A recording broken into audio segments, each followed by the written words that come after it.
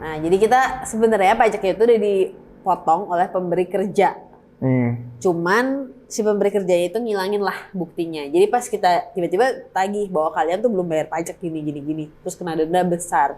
Waktu itu lumayan besar. Jadi kita kayak cannot afford that loss gitu loh. Cannot afford the fee and stuff. Jadi kayak, nggak bisa dong, orang kita udah bayar kan, kita mah dipotong gitu kan. Terus jadi akhirnya kita going back and forth ke pengadilan. It took like 2 years. Jadi gila. kayak wasting our time, wasting our money. Padahal kita udah bayar. Jadi at that time gue mikir kayak pajak mestinya lebih gampang dari ini. Ini kan cuma karena masalah administrasi ya sebenarnya, quote unquote, kenapa jadi kayak gini. At that time juga mungkin kayak online gitu belum terlalu lah kayak sekarang gitu, masih banyak yang manual. Jadi ya disitulah muncul kayaknya bisa deh ini tuh bener-bener pain point banget lah di pajak soal ini. Jadi kepikirlah untuk buat high pajak gitu. I see. Selamat datang lagi di channel Zando. Kali ini kita kedatangan tamu yang sangat spesial yang adalah Ci Trisi Tardia, founder of Hai Pajak, which is keren banget sih apps-nya. Mungkin bisa buat mulai, lu ceritain juga Ci, startup yang lagi bangun itu apa sih? Sebenarnya startup yang lagi gue bangun itu namanya Hai Pajak. Kita tuh menyebut diri kita One App Tax Assistant. Jadi kita intinya pengen jadi asisten perpajakan untuk UMKM dan freelancer. Nah, sebenarnya kita membuat aplikasi itu semudah chatting lah. Jadi kita pengen orang-orang itu semudah chatting. Sekarang kita pakai teknologinya Artificial and Human Intelligence. Wih, Artificial and Human Intelligence. Yes. Keren banget. Apalagi kayaknya pajak satu hal yang orang Indo masih banyak banget buta ya. Ya. Gua aja yang berpenghasilan bingung cara bayar pajaknya gimana. Semoga nggak dikejar DJP abis ini. Tapi mau bayar pajak nggak? Mau dong. Kan udah diajarin sama Hai Pajak. Jadi tadi baru aja Tracy bikin video untuk Zando tentang cara bayar pajak untuk freelancer dan UMKM. Dan gue juga jadi baru tahu kalau progresif ternyata pesanannya gini dan untuk income-nya segini. Dan tadi di tutorialin juga cara bayarnya pakai Hai Pajak ya. Dan keren banget, tadi kayak gue buka aplikasinya, gue bisa tinggal masukin NIK gue ya, EVIN gue, nomor NPWP gue, terus ditanya kayak penghasilannya berapa gitu-gitu. Terus ini dikasih tahu gitu kayak, kamu ngambil apa sih kayak suratnya ini gitu ya? Iya, kayak kamu harus bayarnya gimana, ngambilnya yang mana gitu hitungnya. Bahkan kalau nggak punya NPWP pun bisa ditolongin sama Hai Pajak sih, bisa buat NPWP juga. Keren banget. Jadi ini kan sekarang kita syuting di Januari 2022. Ya. Lu bangun Hai Pajak itu dari tahun berapa sih? Januari 2020 pertama kali. Keren banget, berarti udah 2 tahun ya, hampir 2 tahun full ya? Tanggal 29 Januari 2020 kita launching. Hari ini tanggal berapa? 28. Oh, Besok. Besok. Berarti ulang tahun umur 2 tahun. Dirayain bareng kita nggak? Nanti gue rayain ya. Jadi besok ke Jakarta lagi untuk ngerayain gitu? Kebetulan weekend besok, jadi kantornya tetap ditutup. Kayaknya ada Hai Pajak party atau apa. Jadi, kita mau mulai dari mana nih ceritanya? Mungkin kalau gua nanya cerita awal mulai Hai Pajak, tentunya mungkin cerita entrepreneurship lu nggak dimulai dari situ kali ya? Enggak sih, sebenarnya lulus kuliah itu sempat kerja di perusahaan multinasional lah ya. Gitu. Oh, kalau boleh tahu lu kuliah di dalam negeri atau dalam negeri? Okay. Kuliahnya di Bandung, terus kita kerja. ITB bukan? Bukan, Unpar tetap aja. Gue ITB soalnya. Unpar. Siapa tahu kontak, oke. Oke, di Bandung. Jurusan mana ya? Jurusan manajemen. Sempet ke Aussie bentar, ketemu Tommy juga. Oke. Tapi cuma untuk sebentar exchange aja. Gitu? Kayak English business, belajar English business di sana gitu. Terus habis itu kerja di Indo sekitar 3 tahun lah di Toyota Astra Finance. Memang jadi backgroundnya memang udah finance gitu. Habis itu sempat coba bisnis sendiri, gagal, terus juga sempat bantuin family business gitu sebelum akhirnya membangun Hai Pajak gitu. Tapi for notes ya, kalau orang lain kayak punya aspirasi untuk jadi founder startup gitu, kalau gue itu jadi founder itu by accident, not by design. Jadi kayak memang pengen bisnis dari dulu, nggak sengaja ternyata bisnisnya hubungannya sama startup gitu. Emang kebawa, emang pengen solve a problem ya sebenarnya di awal ya? Iya, solve a problem. Ternyata problem itu memang harus by teknologi. Jadi jadilah buat Hai Pajak gitu. Keren banget. Terus jadi lu mulai abis lulus kuliah lu sempat kerja. Abis itu bisnis pertama yang lu bikin apa tuh? Dan sama siapa sih? Sebenarnya bisnisnya tuh kayak ya sering aja iseng-iseng coba-coba gitu ya. Pernah juga coba jualan baju online. Tapi ya memang kayaknya bukan forte-nya di situ lah, kayak memang merasa kurang cocok aja di situ dan emang kurang berkembang juga. Once bisnisnya naik tapi merasa kayak ya kok kayaknya nggak gitu tertarik untuk lanjutin gitu. Terus akhirnya sempat bantu ya bisnis keluarga gitu. Cuman at that time memang sempet rada bingung gitu mau ngapain. Tadinya pengen S2 sebenarnya. Cuman kayak ya pengen ambisius lah, pengennya kayak di Philip di Amerika gitu. Tapi kebetulan ada aja gitulah halangannya, akhirnya nggak bisa. Akhirnya bangunlah Hai Pajak itu gitu. Berarti tadi lu sempat mention ngelanjutin bisnis keluarga, emang keluarga lu entrepreneur? Ada juga entrepreneur ya? Iya, ada yang entrepreneur juga. Jadi memang ya belajar dari situ juga gitu. Friends in the family ya? Lu berapa bersaudara sih kalau boleh tahu? 3. Mereka yang adik ke kakak? Punya kakak 1, adik 1, jadi aku anak tengah. Oke. Adik sama kakak lu entrepreneur juga? Kakak gue enggak sih, dia desainer tapi dia kerja sama orang. Kalau adik gue entrepreneur juga. Kalau jiwa entrepreneurnya real banget ya? lumayan. Tadinya lu S2 mau ngambil apa tuh? Sebenarnya sebenarnya kita tertariknya tuh business economic behavior sama ini sih education tertariknya gitu. Jadi waktu itu memang mau ngambilnya bisnis yang / education, bahkan mau ngambilnya sebenarnya double degree gitu. Keren banget. Terus kenapa pajak sih? Kenapa pajak? Jadi ceritanya itu agak lucu. Jadi waktu bantu bisnis keluarga, kita tuh sebenarnya udah bayar pajaknya, tapi lupa nyimpen bukti pajaknya. Jadi pas di mungkin audit, bisa ceritain the whole konteks aja sih, kayak itu waktu itu bisnis apa gitu dan apa yang terjadi sih? Jadi bisnisnya itu kayak gimana ya nyebutnya ya, oil services. Nah jadi kita sebenarnya pajaknya itu udah dipotong oleh pemberi kerja. Cuman si pemberi kerjanya itu ngilangin lah buktinya. Jadi pas kita tiba-tiba tagih bahwa kalian tuh belum bayar pajak gini. Terus kena denda besar. Waktu itu lumayan besar. Jadi kita kayak cannot afford that loss gitu loh. Cannot afford the fee and stuff. Jadi kayak nggak bisa dong, orang kita udah bayar kan, kita mah dipotong gitu kan. Terus jadi akhirnya kita going back and forth ke pengadilan. It took like 2 years. Jadi gila. kayak wasting our time, wasting our money, padahal kita udah bayar. Jadi at that time gue mikir kayak pajak mestinya lebih gampang dari ini. Ini kan cuma karena masalah administrasi ya sebenarnya, quote unquote, kenapa jadi kayak gini. At that time juga mungkin kayak online gitu belum terlalu lah kayak sekarang gitu, masih banyak yang manual. Jadi ya disitulah muncul kayaknya bisa deh ini tuh bener-bener pain point banget lah di pajak soal ini. Jadi kepikirlah untuk buat Hai Pajak. I see. Kalau boleh tahu, emangnya nge-fight untuk kasus pajak lu waktu itu, berarti memang lebih ngehemat dibandingin cuman bayar aja gitu? Maksudnya kan lu harus bayar lawyer and everything gitu, kayak lebih hemat dibanding kalau kita harus bayar, karena kan dendanya ratusan persen gitu ya. Jadi kayak wah gila banget kalau kita harus bayar, malah jadi rugi gitu kan. Gitu. I see. Dan saat itu berarti kesibukan lu ngapain? Masih yang bantu bisnis orang tua? Masih bantu bisnis karena kebetulan memang megang finance-nya, jadi kita harus beresin itu gitu. Jadi ya memang repot banget lah pokoknya, nggak mau 2 kali lagi ngalamin kayak gitu. Itu pun even udah dibantu sama konsultan pajak, itu pun tetap repot gitu, bukan ngerjain sendiri gitu. Berarti emang lu bangun bisnis dari problem real yang lu hadepin banget ya? Yes, bener-bener ngadepin gitu. Terus lu dapet ide nih untuk bikin Hai Pajak. What was next gitu? Lu ngapain aja gitu, your next first steps? Next first step-nya adalah karena background gue bukan teknologi kan. Kayak terus ini punya sih idenya kayak dibuat gini, tapi kayak translate di teknologi gimana? Nah itu yang bingung. Kebetulan lumayan aktif di alumni gitu, terus tahu ada salah satu temen yang memang punya perusahaan teknologi gitu, kayak digital lah pokoknya.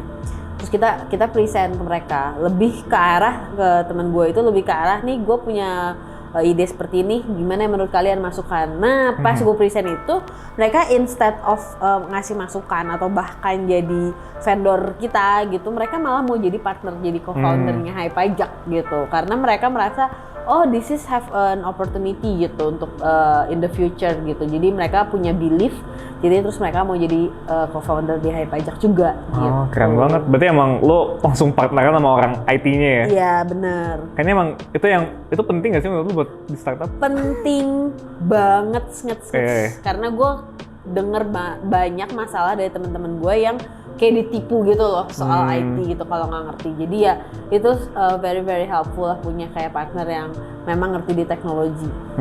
I see. Berarti kalau misalnya kasus pajak keluarga lo itu di tahun 2019-an gitu? Enggak sih, udah lebih lama daripada itu gitu. Jadi I kayak see. udah ngalamin itu kayak beberapa tahun baru ya kepikiran Hai Pajak sebenarnya nggak baru ya, nggak di 2019, sebenarnya dari 2017-18 udah mulai kepikiran itu, cuman kayak ya udah cuman ada ide aja gitu, mengawang-awang di ide aja gitu, kayak bisa gini tapi ya udah that's it, sebatas ide aja karena gue masih lebih pengennya sekolah dibanding bisnis gitu. Oh, I see. Terus mungkin kenapa tuh ada cerita apa nggak apa alasannya lu nggak lanjut sekolah aja gitu dibanding bisnis? Karena gue merasa mungkin ini agak rohani, religius, cuman gue merasa kayak gue belum dikasih kesempatan untuk sekolah. Jadi kayak banyak hal menurut gue kayak doesn't make sense buat otak kita manusia, tapi kok kayaknya nggak dikasih izin. Contoh, kalau sekolah S2 di Amerika itu salah satu syaratnya harus GMAT. Iya. Nah, kemarinnya gue baik-baik saja, sehat sentosa, tidak ada apapun. Paginya pas gue tes GMAT bisa kayak kepala gue pusing, meler-meler kayak mengalir pilek gitu. Sampai nggak bisa mikir kayak itu tuh kejadian-kejadian kayak gitu tuh sering. Terus misalkan contoh pas kesana gitu, terus mau ngecek terus kayak mau interview ngobrol sama university kayak representatif di sana kesana, khusus ke Amerika. Lalu gue ada pesawatnya bisa batal apa segala macam gitu kayak kok kayaknya banyak banget gitu halangan gitu, kayaknya kok nggak dikasih itu, sampai akhirnya walaupun ada satu sekolah yang gue diterima tapi itu bukan sekolah yang gue mau gitu. Terus bokap gue langsung ngomong kayak lu ya kalau udah nggak dikasih sama Tuhan lu mau gulung-gulung kayak apa, mau nangis darah juga udah nggak akan dapet, dia bilang. Tapi gue masih kayak biasa lah anak ambis gitu, masih kayak nggak terima gitu kan. Sampai pada satu titik oke lah, ini maunya gimana gitu. Ya udah gitu, ya dapet jalan yang Hai Pajak begitu. Decide untuk buat Hai Pajak, langsung dapet partner, langsung dijalanin. Oh gila, gitu. langsung dibukain jalannya ya? Langsung beda banget, yang ini mah kayak jatuh terus berapa kali, ini langsung kayak jalan tol gitu. Gila banget. Ya walaupun setelah di launching Hai Pajak banyak struggle-nya juga gitu. Dan dia akan kita bahas dalam beberapa menit. Cuman keren banget sih yang tadi lu bilang, ya ternyata lu ngerasa kayak jalannya ketutup gitu ya waktu lu mau studi, dan mungkin emang jalan lu buat ngebantu perpajakan kita semua kali. Dimulai dari gua. Mulia banget. Dimulai dari Zando. Terus lu akhirnya dapat partner, lu berdua aja gitu atau? Jadi sebenarnya entity-nya tuh bertiga ya. Jadi kayak gua, terus yang digitalnya, satu lagi yang memang konsultan pajak yang ngurus pajak, dan konsultannya itu adalah yang ngebantuin gue bolak-balik ke pengadilan. I see. Jadi kayak emang udah tahu lama, udah tahu how it works and so on, terus dari situlah kita kayak membangun si Hai Pajak itu gitu. Oh tadi juga sebenarnya gue lupa nanya sih, lanjutin yang pengadilan, lu menang kasusnya?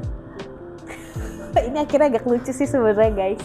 Jadi sebelum pengadilan itu beres, tiba-tiba pemberi kerja kita menemukan buktinya. Oh my god, setelah 2 tahun. Effort banget, kita semua kayak, effort. what the hell, tapi akhirnya kita nggak usah bayar. Cuman kayak kita zonk banget gitu udah kayak 2 tahun bolak-balik, terus kayak gila. Kan kita tuh kayak berapa kali nanya ke mereka, ayo dong, mana dong buktinya gitu dong, kayak aduh nggak tahu nih ini gila. orangnya gagal. Terus terakhir setelah kayak 2 tahun kita bikin, kita nemuin nih buktinya. Buset. Kayak Gila banget. Emang ditaruh di mana gitu buktinya? Mereka tiba-tiba nemu gitu di locker. We don't know what we don't know ya kan. Itu kayak pemberi kerjanya gitu kan. Iya benar-benar. Gitu. Gila, pasti mereka ngerasa oh shoot banget ya pas nemu kertasnya gitu. Mereka kayak mungkin orangnya banyak ya. Jadi kayak mereka nggak tahu ini nemu nih. Mungkin yang nemu juga orang lain yang bukan ini kita. lagi keluarga Tesi berantem nih 2 tahun. Telepon nih, terus ada nih buktinya gitu kan. Gila banget. Dia nggak tahu our effort going back and forth, pusing kepalanya gitu. Terus di Januari lu bilang lu launch Hai Pajak, berarti with the app ready and everything gitu ya? Iya, with the app ready and everything. Jadi kita mulai persiapan akhir 2019 lah. Itu berarti development lumayan cepet ya? Lumayan karena blueprintnya kita udah kita kayak bikin sprint gitu lah. Kebetulan Iya. sebelum buat Hai Pajak tuh iseng baca buku sprint itu loh. Yang katanya semuanya harus diberesin dalam 5 hari, kita workshop 5 hari. Pokoknya gua dari business side gue pengen buat gini.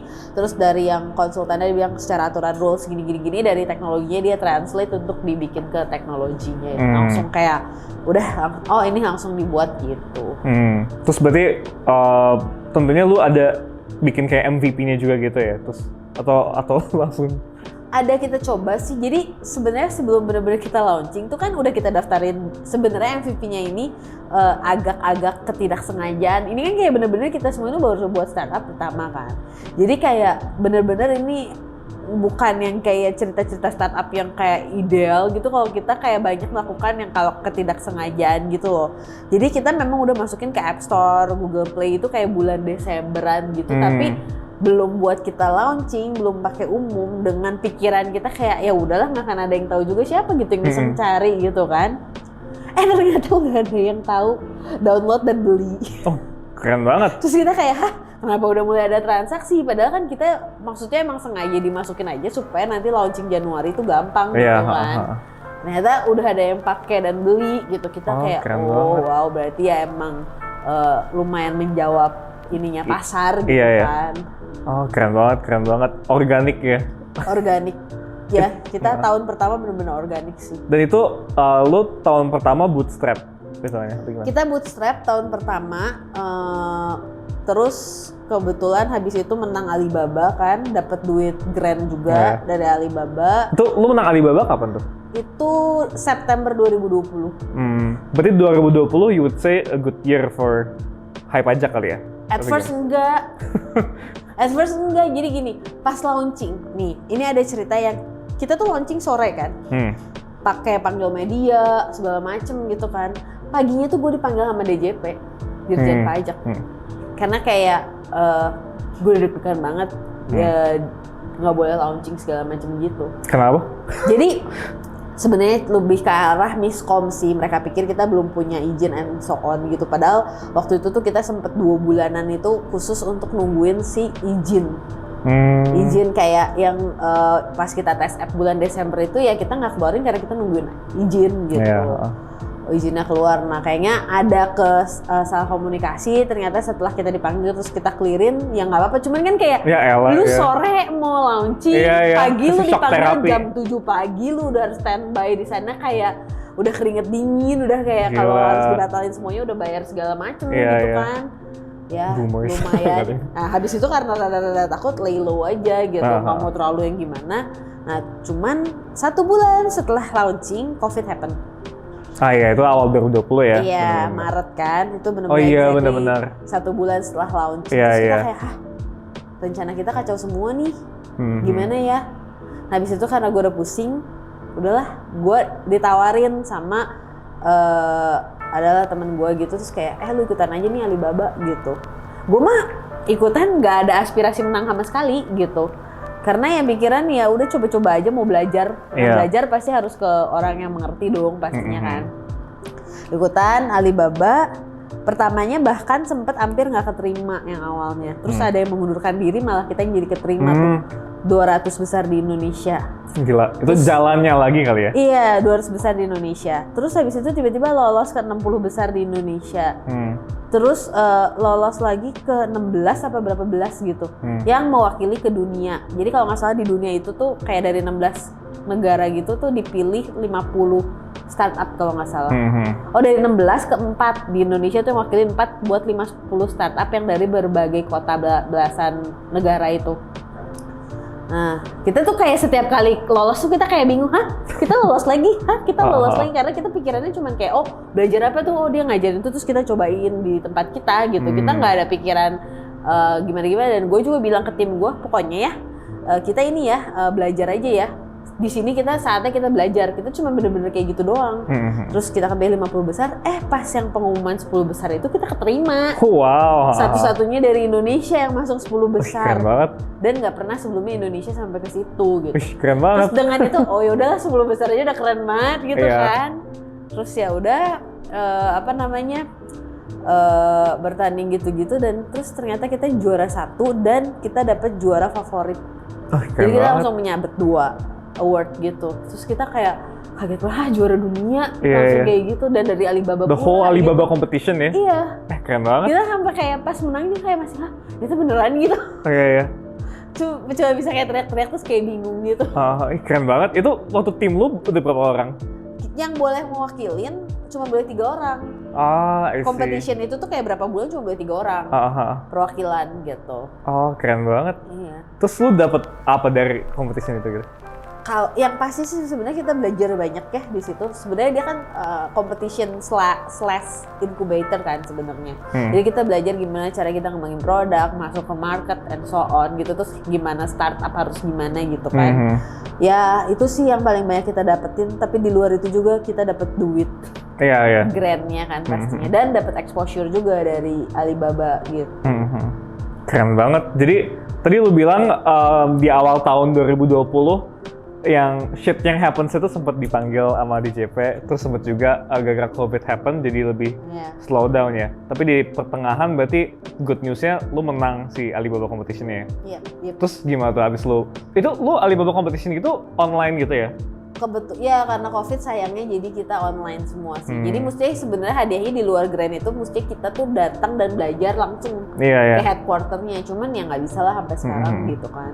Oke, keren banget. Tapi abis lu menang, abis itu gimana? Lu jadi lancar jaya atau? At first I thought it will be kayak sign ya? Easier gitu. But unfortunately not ya. Gitu. Jadi kayak investment climate di seluruh dunia itu nggak baik lah gitu. Jadi kayak investor lebih takut, dia takut ngambil risk, jadi mereka lebih milih kayak invest yang udah besar-besar aja karena lower risk kan. Ya lumayan struggle gitu. Terus kita tuh sebenarnya dapat tawaran investasi beberapa kali ya maksudnya, tapi gimana ya, kita tuh sebenarnya satu orangnya nasionalis ya, orang-orang di Hype Pajak ini. Terus kedua kita punya value tertentu gitu karena kita cinta Indonesia and so on. Terus kayak ada yang nawarin invest tapi mau disuruh jual data. Ada yang nawarin invest tapi misalkan value-nya nggak cocok gitu. Jadi di satu sisi butuh duit ya, tapi di sisi lain juga kita tuh pengen orang yang bener-bener punya value sama nih untuk kita kerja bareng gitu. Terus sih kita jadi ya, tapi akhirnya kita dapat tuh investasi di tengah tahun 2022 dari angel investor, dan kebetulan angel investor itu lumayan punya nama ya, internasional juga gitu backgroundnya. Terus habis itu sekarang kita udah di seed funding sama venture capital gitu. Keren. Tahun 2020 menang Alibaba competition number 1, dan bukan cuma number 1 tapi menang favorite juga ya. Iya. Terus di tahun yang sama juga dapat seed funding dari VC yang salah. Angel investor itu 2021. 2020 belum seed ya? Itu masih kita kan 2020 dapat Alibaba terus dapat grant dulu, jadi kita kan nggak perlu. I see. Tahun 2021 baru seed. Iya. 2021 itu baru angel investors. Habis itu baru seed funding nih Januari ini. Recent. Berarti tadi kita udah nge-recap 2020 buat lo dan buat Hype Pajak. 2021 gimana tuh? Apalagi dengan angel investor, apakah semuanya smooth? 2021 personally for me kayak berat. Jadi 2021 itu secara growth Hype Pajak kita growth lebih dari 100 kali lipat. Kita juga di luar Alibaba kita mewakili Indonesia untuk ASEAN dari Kominfo. Juga kita kepilih Hub ID programnya Kominfo untuk 40 startup terbaik di Indonesia untuk kita kayak di-accelerate gitu. By business ya it's good kayak, tapi personally 2021 tuh bener-bener fuck up year banget buat gua gitu. Jadi kayak banyak berita-berita yang menurut gua kayak gua sampai bingung nih cara bagi waktu antara kerjaan dan pribadi itu gimana gitu dengan keadaan seperti itu gitu di 2021. Jadi kayak 2021 tuh sampai kayak bener-bener gua pusing banget lah gitu. Mungkin kalau itu dari awal 2021 atau gimana tuh? Enggak juga sih, baru tengah-tengah mulai 2021 sih gitu. Jadi di awal everything is going well dari sales and everything. Tengah-tengah 2021 what happened?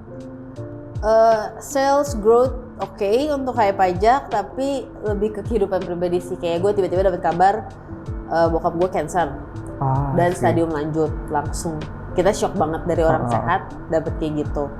Terus di tengah bokap gue sakit itu, omah gue juga sakit. Jadi gue itu dekat sama omah gue gitu. Jadi omah gue sakit dan meninggal.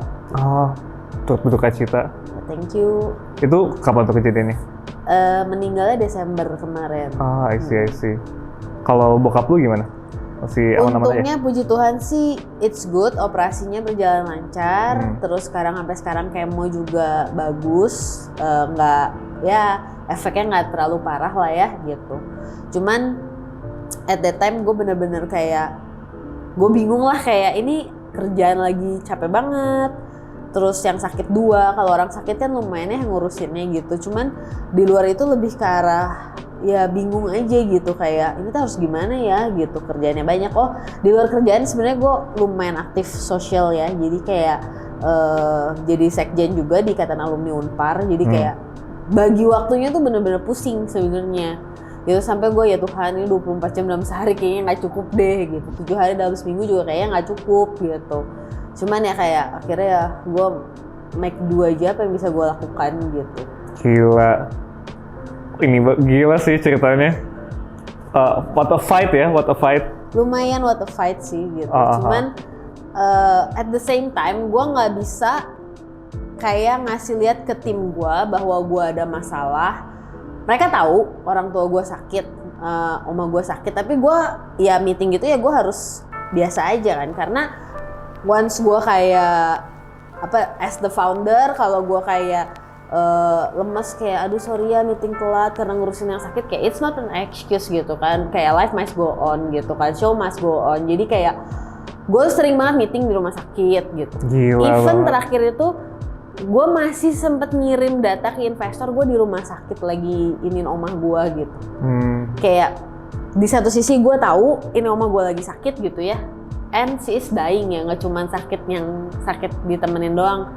Tapi di satu sisi gue tahu gue harus kirim data juga ke investor gitu. Kayak I have no choice gitu. Kayak ya ini ngurusin terus ini juga kirim data gitu. Even di hari atau H-1 oma gue meninggal pun gue masih kirim data gitu. Gitu. Jadi kayak gue kayak my life is little bit blurry gitu, kayak aduh gue tuh ngapain aja, gue udah sampai nggak tahu gue ngapain aja, gue bisa ngelakuin apa gue lakuin aja, gue nggak bisa mikir, sampai gue merasa kayak hari-hari gue tuh berlangsung kayak bener-bener ya udah kayak selewat kalau kayak filter tuh kayak yang setengah-setengah, kayak gue ngejalanin gitu, yang penting ini beresin gitu. Gila. Terus do you think you handled it well gitu? Was it the best allocation of time, kayak apa yang lu udah lakuin? I think so, yes, karena at the end gue bisa dapet investor, dia mau seed funding ke kita, dan tapi gue rasa juga ya karena kalau bukan dengan Tuhan juga nggak mungkin lah ya. Cuman ada satu cerita, di hari gue tahu bokap gue cancer itu gue harus presentasi depan pejabat-pejabat penting gitu. Jadi gue hari itu tahu gue harus presentasi di depan pejabat penting, terus gue belum selesai dan gue tipenya morning person, jadi gue akan bangun subuh sekitar jam 4:30 untuk presentasi. Dan pas gue bangun gue dapet WA kayak jam 1:30, 2 tuh dari tante gue yang dokter, kayak Tracy kamu udah tahu hasilnya papi belum? Di saat itu gue langsung kayak ini pasti nggak bagus, tante gue sampai WA jam segitu. Gue langsung tanya kenapa gitu, cuman kan ya belum ada yang bangun anyway. Gue tuh udah yang sembari ngerjain presentasi itu sembari nggak, aduh ada apa ya kata gue tuh.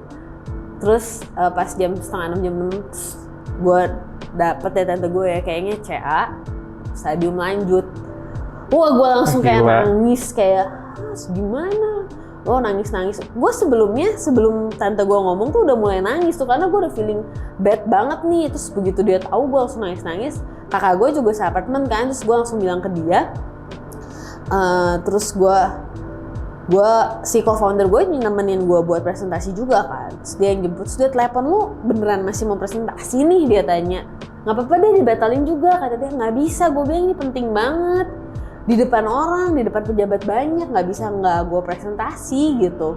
Terus Ya udah gue dateng, gue di perjalanan pun masih kayak nangis setelah dijemput kayak gimana dong ini atau gimana, terus kayak ya udah mau batal nggak, sama si Kang Abi tuh kayak mau batal nggak, udah nggak apa-apa batal aja kalau ini kan. Itu lu dari rumah lu? Iya dari apartemen ke presentasinya tuh kebetulan di hotel waktu itu. Ini di Jakarta? Jakarta. Dan bokap lu di? Bandung. Jadi lu nggak sempat ketemu gitu? Iya belum ketemu, jadi gue telepon dulu, terus gue nanya nyokap, terus kayak make sure udah ngatur semuanya, gue ngatur pulang sore gitu, karena habis presentasi kita ada business matchmaking. Gitu. Terus ya udah sepanjang jalan gue nangis terus sampai co-founder gue bilang udah batal aja, nanti kalau lu presentasi malah nangis gimana. Dan for the first time gue presentasi offline setelah COVID kan. Biasanya online terus ya udah sampai di situ gue udah deg-degan tuh, kalau gue nangis di atas panggung gimana ya, gue bilang gitu. Untungnya it went well, dari situ juga dapet kayak 2 partnership dengan perusahaan besar, jadi kayak ya udahlah gitu ya. Habis itu pulang dan sempet di tengah-tengah bokap gue mau operasi pun gue harus ke Batam dulu. Ke Batam kayak bisnis trip, terus gue kayak orang lain 3 hari. Gue bodo amat, gue sehari cuman perlu ini, terus gue pulang lagi. Emang itu nggak bisa ditinggal banget gitu? Nggak bisa, gue kayak udah nandain kontrak bahwa gue harus mengikuti semua acaranya itu gitu. Gila banget. Jadi kayak I have no choice gitu. Gue kan anaknya suka travel ya. For the first time gue nyampe Batam, gue nggak peduli, gue cuma mau di kamar hotel, gue nyiapin, besoknya gue presentasi. Even gue nggak berusaha cari makan keluar ke restoran, padahal disediain supir dan mobil, gue nggak peduli. Gue cuman kayak, gue pengen pulang. Gila. Cuman kayak gitu doang. Gue nggak kebayang nih gimana rasanya jadi lo gitu deh, kayak dan bisa tetap produktif gitu loh, and show up to the people gitu loh, apalagi to your kayak karyawan gitu loh. Karena ini kalau cuma is all about me, it's okay ya, maksudnya ya udahlah. Kalau ada apa-apa tanggung jawab pemain gue. Kemarin kan ini kan bigger than just you kan. Ya kayak ada karyawan yang harus digaji, ada perusahaan yang harus gue tanggung jawab ke shareholdernya gitu kan. Keluarga yang harus makan. Betul. Gila banget. Terus akhirnya abis lu dari presentasi langsung ke Bandung gitu? Ya gue presentasi, beres business matchmaking, gue langsung ke Bandung. Abis itu lu spend more time di Bandung dong akhirnya daripada Jakarta atau gimana? Jadi ternyata kita langsung ke dokter onkologi gitu kan. Ternyata bokap gue memang udah parah dan harus dilakukan operasi segera. Dengan keadaan COVID gini kan ya udah kita nggak bisa cari second opinion keluar gitu kan. Jadi ya udah harus di sini. Ya itu habis itu gue sama adik gue tuh kayak trip ke dokter-dokter, kayak kita tuh sehari bisa ke 5 dokter, muter-muter dokter. Jadi begitu tahu bokap gue sakitnya apa, minggu depannya udah operasi. Gitu, jadi itu kita lakukan, jadi kayak ya muter-muter kayak gitulah gitu. Tapi thank God, berarti everything went well ya, dan udah hilang kan? Ya nggak karena sudah besar nggak bisa 100% hilang ya gitu, cuman bisa dibilang ya kayak memperpanjang umur gitu, di kemo segala macam juga. Dokternya pun bilang dari awal ya ini mah dengan stadium segini kemo pun ya cuma kayak kemo berhenti terus nanti harus kemo lagi gitu. Kecuali ya miracle kan akan selalu ada, kita berharapnya sih nggak gitu. End of 2020 gimana buat 2021 gimana buat lu? Kayak waktu nenek lu berarti di Bandung juga? Di Bandung juga. Dan would you say you had to kayak banyak nolak atau kerjaan atau ngedelay kerjaan demi spend more time with family atau gimana tuh? Atau malah makin banyak malah emang dikerjain aja gitu semuanya? This past 2 years sebenarnya honestly gue 1 year sih, kayak gue nggak bisa habisin waktu sebanyak dulu sama keluarga gue. Tapi which is sebenarnya gue merasa enough ya, maksudnya cukup gitu. Itu salah satu yang gue pas oma gue meninggal tuh kayak gue dia kan udah umur juga ya, jadi kayak ya sudahlah, memang sudah umurnya. Jadi gue nggak gitu nyesel karena gue merasa memang gue sudah menghabiskan waktu cukup dengan dia gitu. Gue sangat dekat sama dia dan dia salah satu role model gue, dan gue akan nyempetin kalau ke Bandung gue ketemu dia terus. Nah kebetulan kan 2020-2021 COVID ya. Iya. Jadi kita emang nggak bisa kemana-mana, nggak kerja juga hybrid gitu. Nah gue tuh sering banget ngajak dia pergi atau apa gitu. Jadi kayak atau main ke rumahnya lebih sering karena kan gue waktu 2020 awal udah pasti semuanya ini kan di lockdown, terus gue cuman going back and forth antara rumah gue dan rumah gue dan rumah oma gitu. Terus berarti you would say no regrets the past few years? No regrets sih gitu. Keren. And then ini masih awal sih, tapi how does 2022 look for you gitu, kayak outlook-nya gimana? Karena sudah mengalami hidup yang kayak naik turun, jadi gue nggak mau terlalu optimis atau kayak gitu. Cuman it starts good. Kayak di Januari kita udah tanganin perjanjian funding. Kita dapat funding di bulan Januari. Wih, keren banget. Dengan investor yang kita benar-benar merasa se-value dan setujuan sama kita. Dan yang paling gue seneng adalah they are believe in us gitu. They have believe in us. Terus juga mereka benar-benar value kita lah. Mereka percaya sama kita gitu. Wih, keren banget. Udah unicorn. Amin, Tuhan. Kalian mungkin bingung kenapa tiba-tiba kameranya angle-nya berbeda. Itu karena kamera kita give up dan overheat. Jadi kita mulai pakai kamera yang baru, dan ini kayaknya udah mulai ke bagian tips-tips dari Ci untuk kita semua pendengar video ini. Oke, jadi good deh Ci kalau misalnya 2022 terlihat bagus ya untuk lo, baru dapat another round of funding, fresh dan hopefully unicorn ya, kita lihat. Semua orang kan bayar pajak. Mungkin ada tips nggak sih dari lu gitu untuk kita yang ada, whether it be a business atau bahkan kayak just dari kerjaan dan hidup gitu, gimana sih caranya bisa setangguh lu gitu, atau bahkan ada time management tips nggak sih supaya bisa kayak lu gitu achieve so much effectively ya?